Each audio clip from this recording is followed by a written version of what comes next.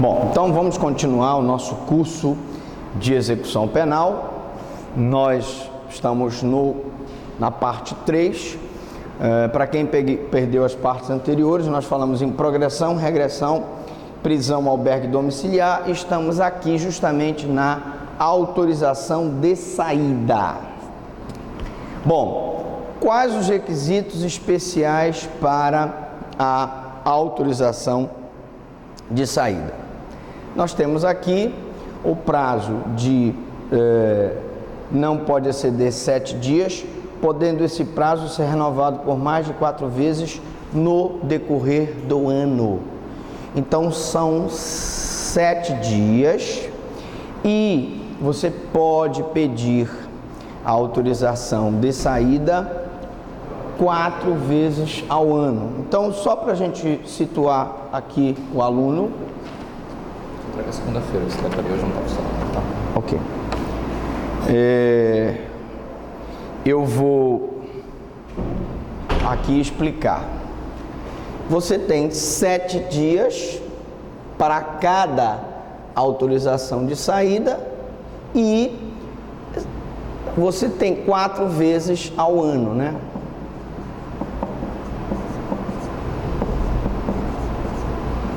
Quatro vezes ao ano.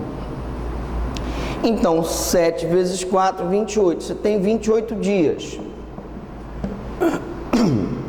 Desses 28 dias, nós podemos dizer o seguinte, tá?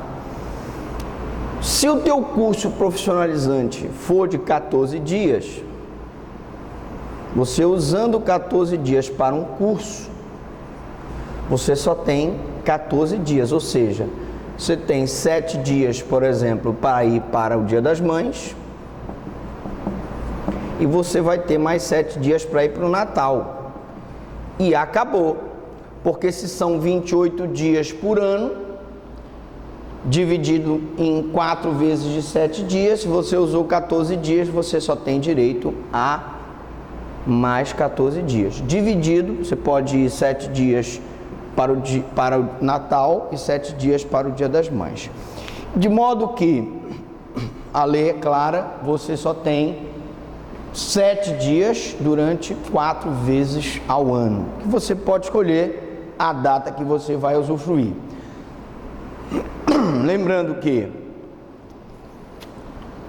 para que haja a concessão desse benefício, o apenado, o condenado tem que ter bom comportamento carcerário, ter cumprido 1/6 da pena se ele for primário e 1/4 da pena se ele for reincidente.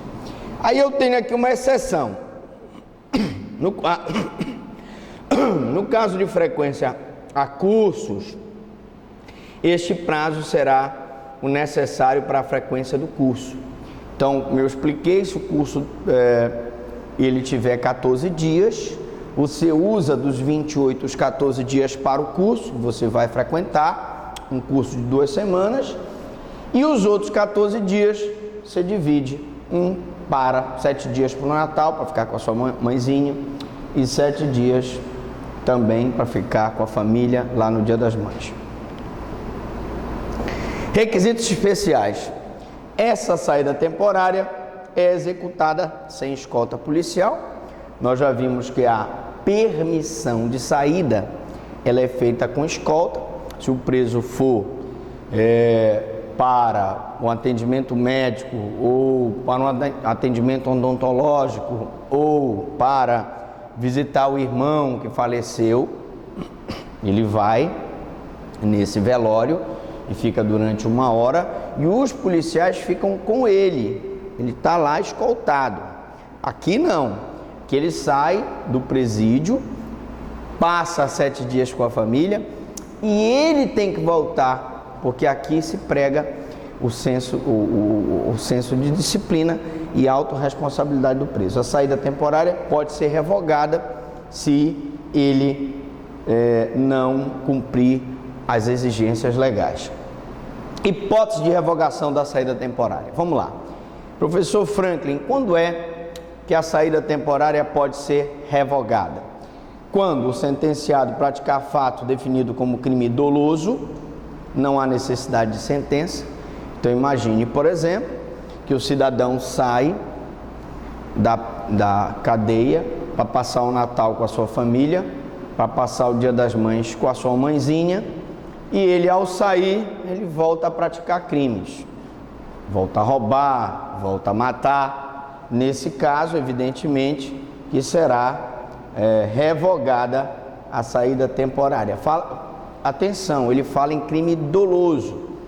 Professor Franklin, se ele, na direção de veículo automotor, viesse atropelar de forma culposa uma pessoa, a saída temporária seria revogada? Não, porque só é revogada se ele praticou de forma dolosa, com a consciência do fato e a vontade de produzir o resultado, né?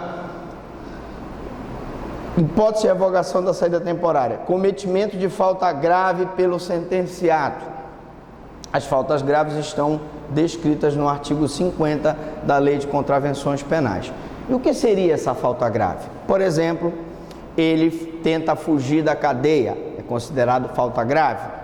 Ele agride um outro preso, é considerado falta grave. Ele não cumpre as determinações da direção do estabelecimento carcerário, como limpar a cela. Ele não cumpre as obrigações dele referente ao trabalho que ele tem na cozinha. Então nós teríamos aí um problema sério, que é a questão da falta grave como forma de revogação da saída temporária. Hipótese de revogação: não cumprimento das condições impostas pelo juiz. Imagine que ele saiu para passar 7 dias com a família e ficou estipulado que ele voltaria às 6 horas da tarde do dia 1º de novembro, e ele não chega às 6 horas da tarde, vai chegar lá para meia-noite. Não cumpriu o horário, não cumpriu o dia também, extrapola os 7 dias da saída temporária. Outra hipótese de revogação é o baixo aproveitamento no curso realizado. Nós falávamos na aula passada que é extremamente importante que o preso vá fazer curso profissionalizante. Ele sai para fazer aquele curso de mecânica diesel, ele sai para fazer um curso, vocês me ajudem aí, quando a pessoa, antigamente, na minha época, eu sou velhão, era Mobral, mas agora não é mais Mobral. A pessoa faz aquele curso para... É o EJA, exatamente. Ela falou agora. É o EJA. Então ele sai para fazer o EJA. Ou seja, o EJA é um curso em que você já é velhão e quer fazer as séries que você não cursou. Não é para isso que serve o EJA? É. E aí, só que ele não está estudando para o EJA. Está tendo baixo aproveitamento no curso. Então, o juiz deu 14 dias para ele fazer o EJA, 2 semanas. Ele está indo para a escola, está assistindo às aulas, ou pode até não estar assistindo, está gazetando, não vai. E quando ele faz as provas estão apresentando baixo aproveitamento. Ora, tudo isso é fiscalizado pelo juiz da execução penal. Se o juiz verificar que ele está com baixas notas, né, tanto no EJA, por exemplo, quanto num curso profissionalizante, uma mecânica diesel, um curso de computação, um curso de horta doméstica, ele vai então revogar, vai dizer: poxa, aqui, seu preso, vem cá, eu te dei 14 dias para você fazer um curso, você está sendo beneficiado, está indo sem escolta, e você não está estudando, então vamos revogar a saída temporária. Incidentes de execução penal.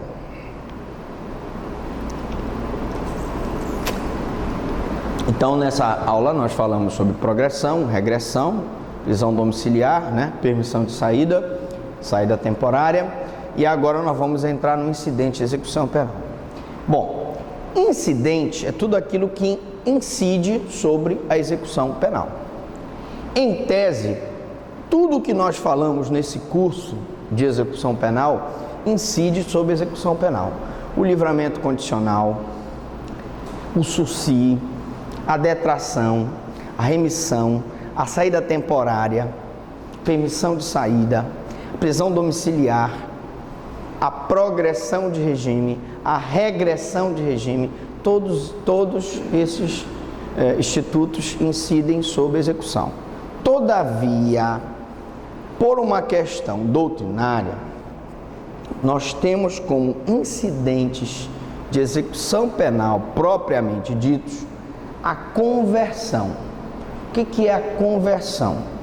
É a substituição de uma sanção por outra ou por medida de segurança no curso da execução.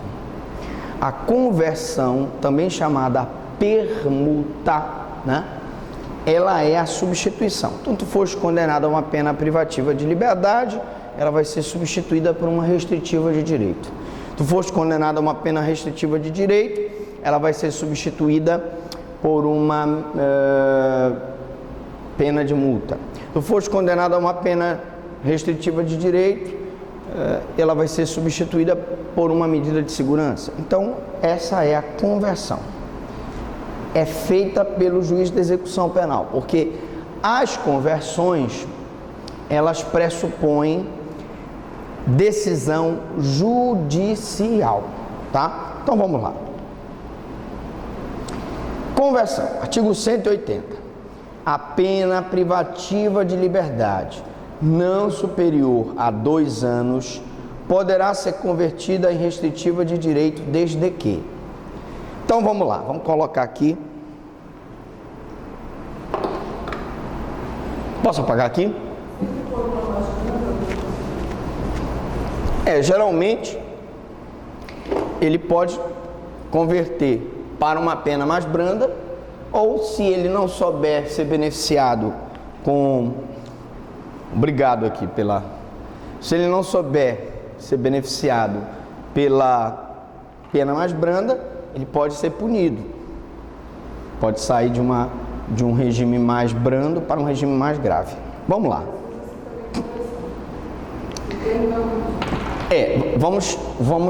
Vamos usar, por enquanto, conversão. Muito embora, em tese, seria uma regressão de regime, tá? Mas como eu estou aqui mudando, eu estou convertendo uma pena privativa de liberdade por uma restritiva de direito, isso chama-se conversão. Então vamos lá, o requisito. Conversão. Agora, conversão. Primeiro, pena privativa de liberdade. Vou botar aqui, letra A. Pena privativa de liberdade. Tá certo. Liberdade. Para uma restritiva de direito. Requisitos objetivos.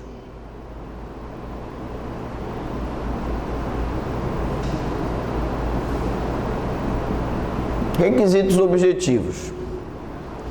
Pena privativa de liberdade, pena não superior a 2 anos. Tá certo? Não superior aqui, o símbolo. Então, quais são os outros requisitos? Condenado a esteja cumprindo em regime aberto. Então, cumprimento, vamos colocar pena não superior a 2 anos.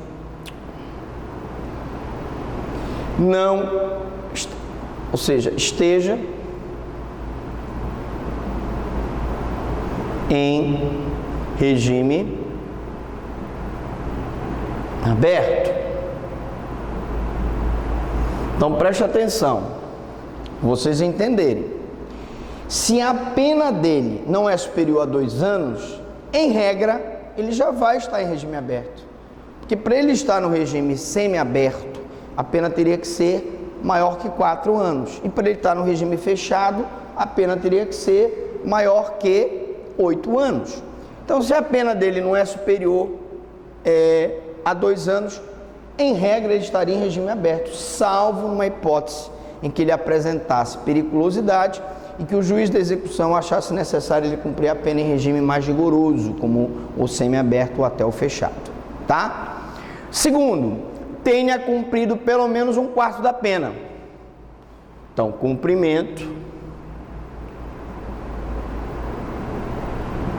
de 1/4 da pena. Então, só para exemplificar, tinha sido condenado a 2 anos, né? Vou botar aqui,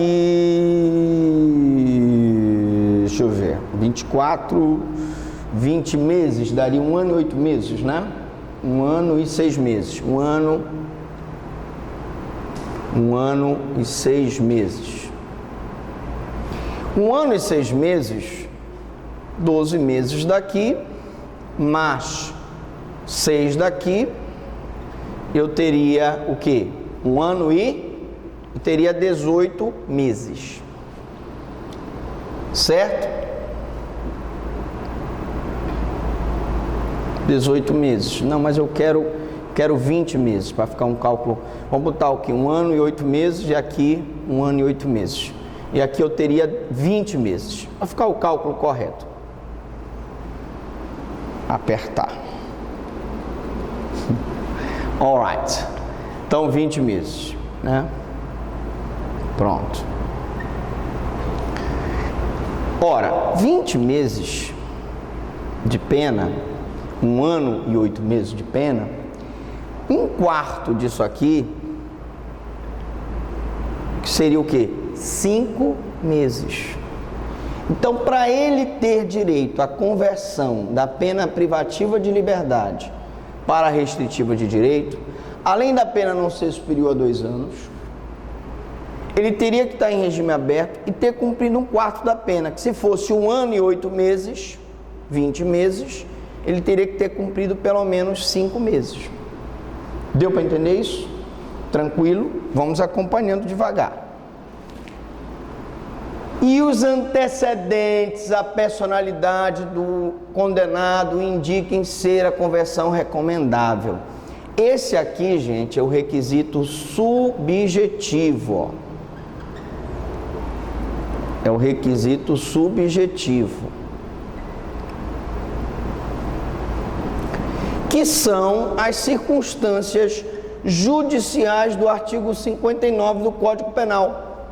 Antecedentes, personalidade, indiquem ser a conversão recomendável. Ou seja, ele tem que ter bom comportamento carcerário. Porque se ele for uma pessoa violenta, se ele for uma pessoa que tem uma personalidade agressiva, ele não terá direito à conversão. Então, deu para entender essa conversão? Tranquilo? Deu para entender? Tranquilo? Fácil? Podemos continuar? Alright.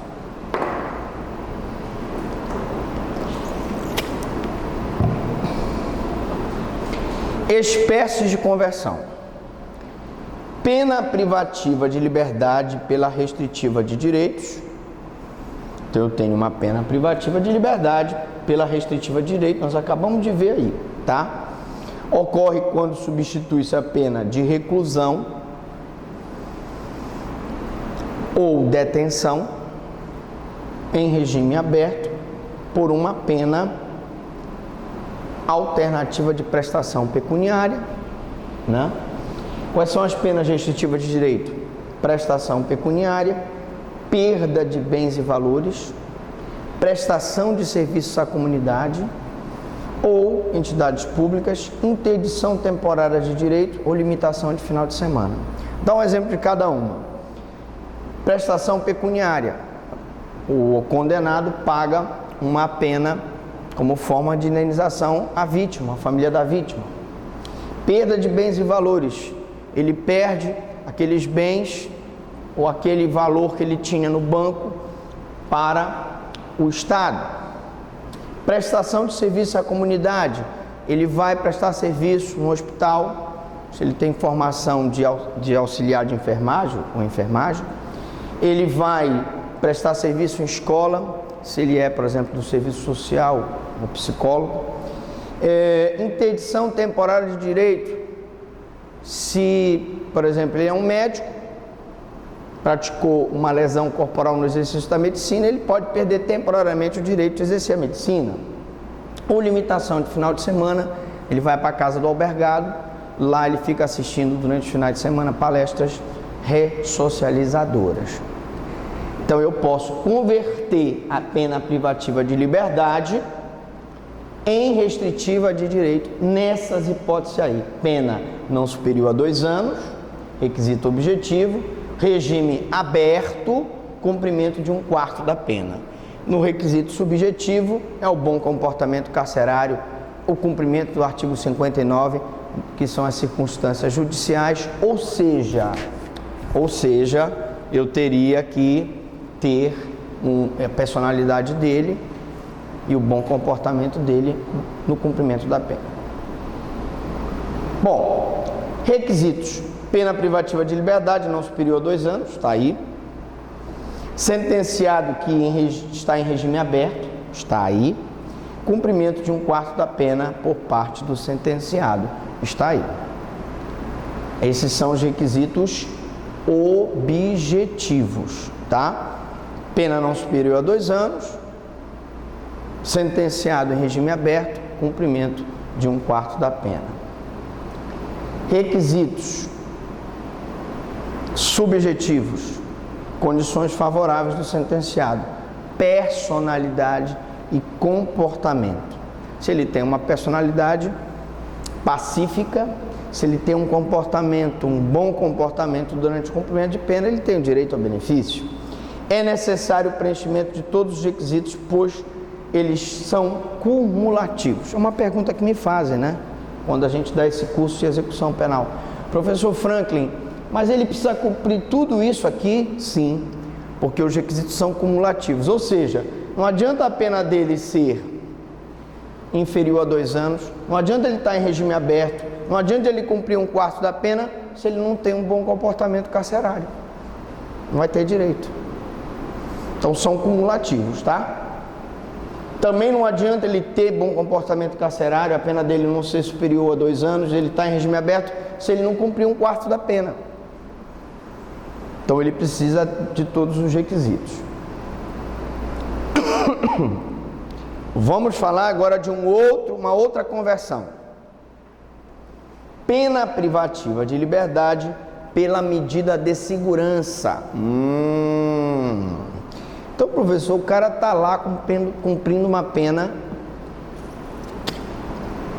privativa de liberdade. Essa pena privativa de liberdade pode ser convertida numa medida de segurança? Pode. Quando? Ocorre quando sobrevier doença mental ao sentenciado no curso da execução penal. Quero dizer que isso não é difícil de acontecer. Muitos presos verdadeiramente enlouquecem dentro da cadeia.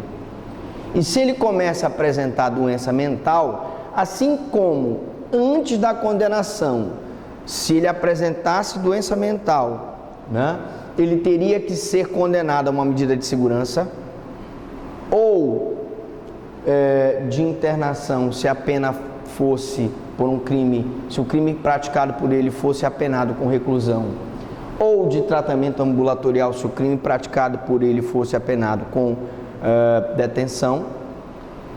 Depois do cumprimento da pena, se ele apresenta doença mental, muito mais sentido tem para se aplicar a medida de segurança.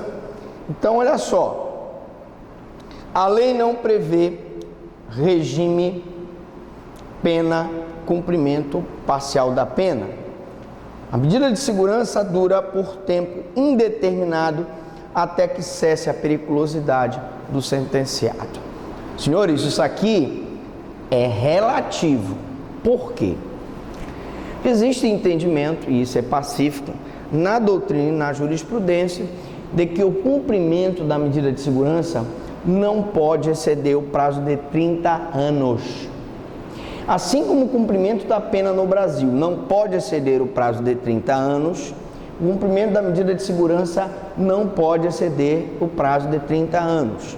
Mas aí você poderia me perguntar, mas, Dr. Franklin, e se ele cumprindo 30 anos de pena ou de medida de segurança, mesmo depois de 30 anos ainda apresentasse periculosidade? Olha o exemplo que eu sempre dou do bandido da luz vermelha. Ele cumpriu 30 anos de pena e quando chegou, aliás, ele foi condenado a uma medida de segurança, porque está provado que ele verdadeiramente tinha problema mental, desenvolvimento mental incompleto ou retardado. Ele era extremamente perigoso, tá? E assim como Chico Picadinho e outros maníacos do parque que andam por aí à solta, ele matava sem dó e sem piedade, sem remorso. Então, eu sempre conto essa história que quando ele completou 30 anos de cumprimento de medida de segurança, a Defensoria Pública do Estado de São Paulo entrou com um pedido para que ele fosse liberado. E o Ministério Público de São Paulo, evidentemente, foi contra, que sabia que se ele saísse, ele voltaria a matar. Só que o juiz da execução penal deu ganho de causa à Defensoria, o Ministério Público recorreu para o Tribunal de Justiça de São Paulo e esse recurso do Ministério Público era a única hipótese em que o recurso da execução penal, que é o agravo à execução, nós vamos ver já já, ele tem efeito suspensivo, nas outras hipóteses ele não tem efeito suspensivo, se suspendeu a saída do bandido da luz vermelha até que o tribunal julgasse. Finalmente o tribunal julgou e deu ganho de causa à Defensoria Pública. E o bandido da luz vermelha saiu, porque mas professor, não tinha cessado a periculosidade dele. Mas eu não posso também instituir uma pena de medida de segurança perpétua. O cara fica até o fim da vida dele lá, porque ele é perigoso. Então, liberaram o bandido da luz vermelha. E ele foi, primeira coisa que ele fez, procurou um parente. Não tinha onde morar, procurou um parente. E o parente já escolado, sabendo que ele era um elemento perigoso. Primeira confusão que ele teve com o parente matou e apagou a luz do bandido da luz vermelha. Ele ficou com a luz apagada. Morreu, acabou. Por quê? Porque, na verdade, é uma solução jurídica que não existe, né? Cumpriu 30 anos de medida de segurança, tem que ser colocado em liberdade. Não tem jeito, mesmo que apresente periculosidade. Aí alguns defendem que ele deveria ser colocado no manicômio judiciário. Também concordo. O mais correto seria, ele cumpre a medida de segurança, como ele ainda apresenta problemas mentais, ele teria que permanecer no manicômio judiciário. Então a LEP trata de duas formas diferentes de aplicação de medida de segurança no curso da execução. Uma prevista no 183 da Lei de Execução Penal, que diz: se o sentenciado se curar, será liberado. E uma no artigo 108, que diz: se o sujeito tiver doença mental, o juiz poderá aplicar tratamento ambulatorial, né, ou medida de segurança temporária. No artigo 108, continua sendo pena privativa de liberdade, porque não há substituição da pena. Então vamos lá. O grande problema aqui é justamente o artigo 183.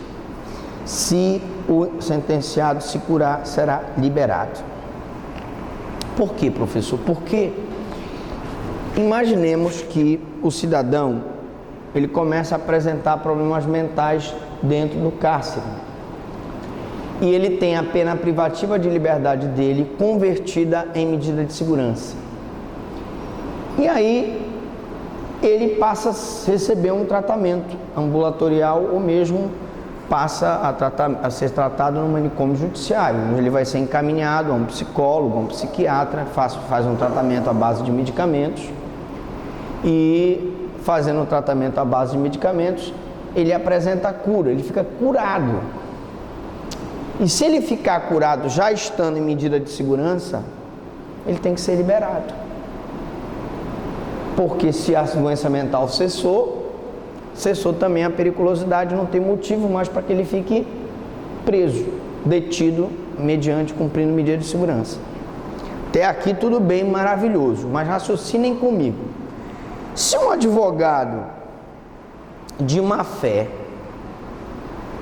através de medicamentos, através de um contrato com um médico também inescrupuloso, forja uma situação de doença mental para que